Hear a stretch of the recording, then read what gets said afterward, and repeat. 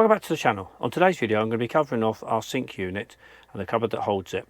We decided to go for a full-size IKEA sink because in a lot of cases you often hear people say that they wish they had a bigger sink in the van, so we've opted for a full-size kitchen sink. So the first thing we need to do is cut out the wood. So now we've got all the components, parts cut out and pocket jigs ready to go together. Just a case of assembling it, then put it in place. There we go, that's the sink unit now in place. Got to put the top on and put the sink into it yet. We managed to get hold of some worktops, which are these worktops here. We got them from IKEA. They cost us £5, so real good bargain. They are solid oak. We've got a number of them. One's going to go onto here to hold the sink. As you can see, it's all been pocket jigged ready to take the worktop. So there we go, it's the first test fit. What I've done is take it out of the packet, placed it on. It's going to need trimming down. So the idea is I'll trim off the edge so I can push it over hard against this side over here. Once that's done, and then I'm going to trim the back off so I can push it back.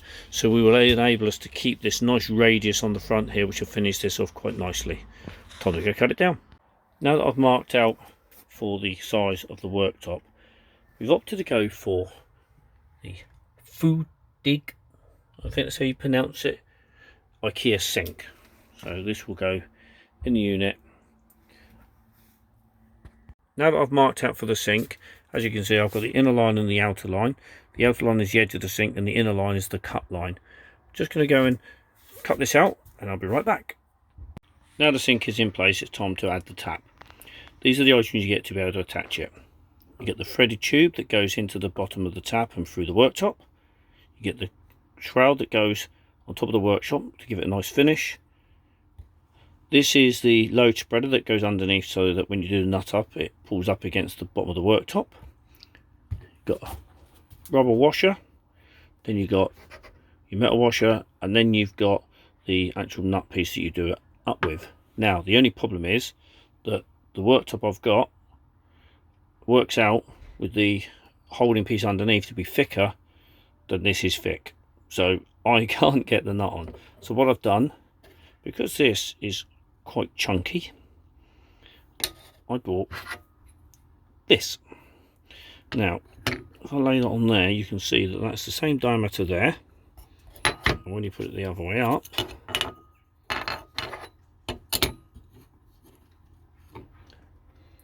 it does spread the load quite substantially.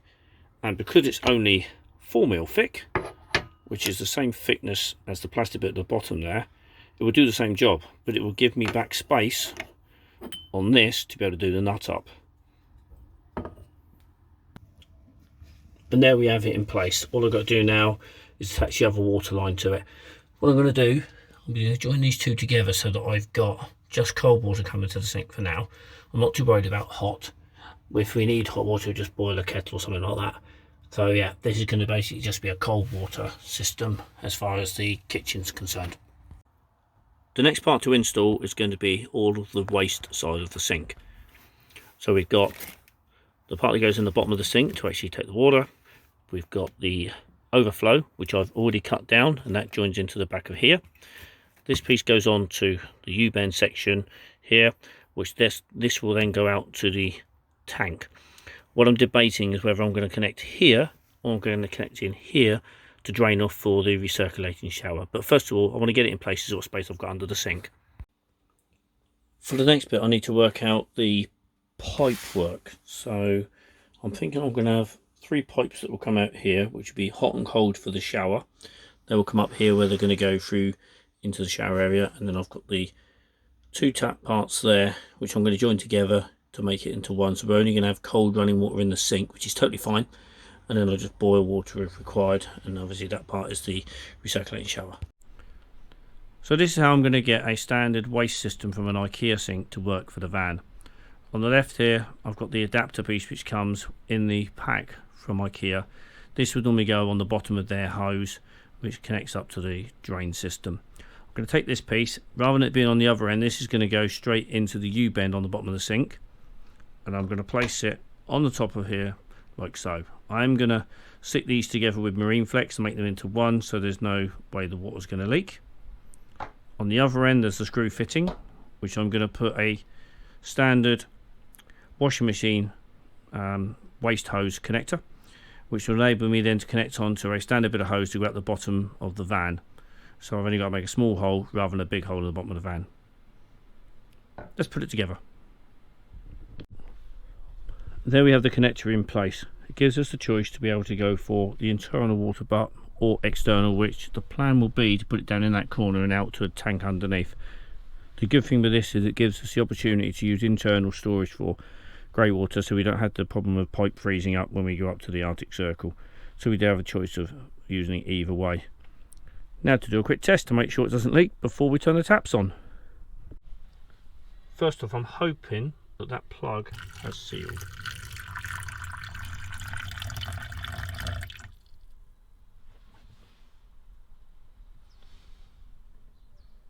Well, that seems to be holding. Is that draining? No, that is holding. There's no air bubbles coming out.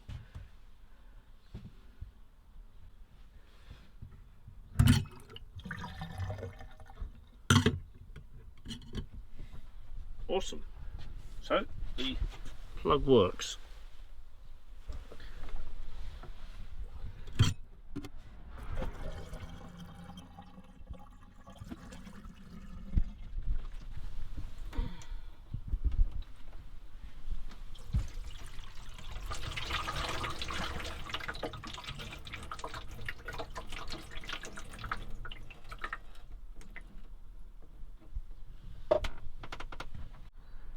So last sanity check before we run the water, just to go through the flow. It comes out here, up through the filter, into the pump, round, up into the accumulator, up to the next valve. This valve enables us to fill up the recirculating shower, which currently is set to off, so the water will flow straight through. Onto the next stage, which is where we've got our next stop for the water coming from the pump, all the way along, down the back behind the filters, across here, down, and then the one on the right hand side, they go in underneath the shower. It travels under the shower,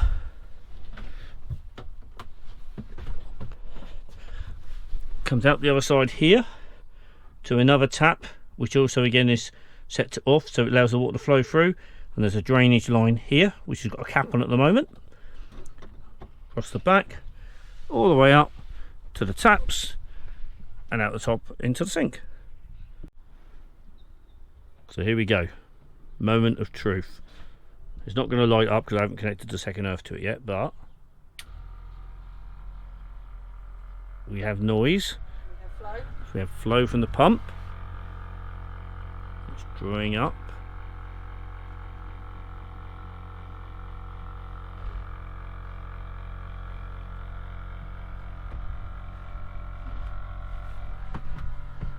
Better get, yep, just in case. Cloths at the ready just in case we get a leak.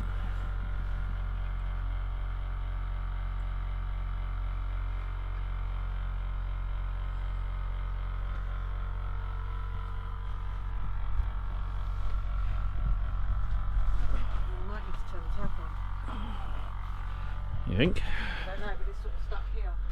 Hang on then.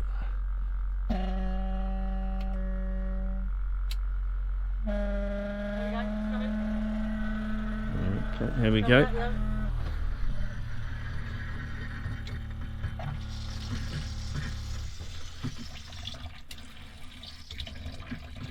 Oh, there, look at that.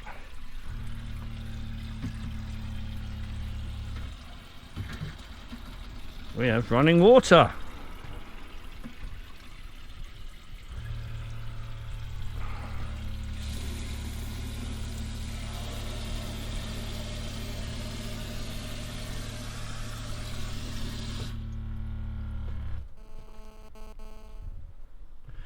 How are we looking? She looks dry.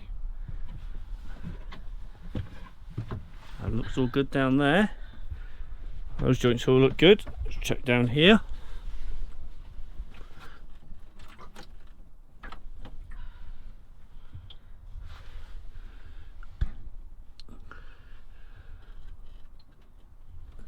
There we go.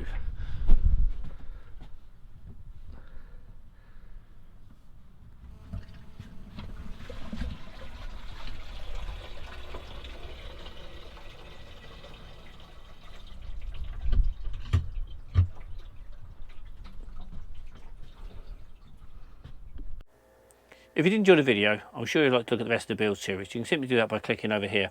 And if you do want to see some of the adventures we're starting to go on, click up here. See you in the next video.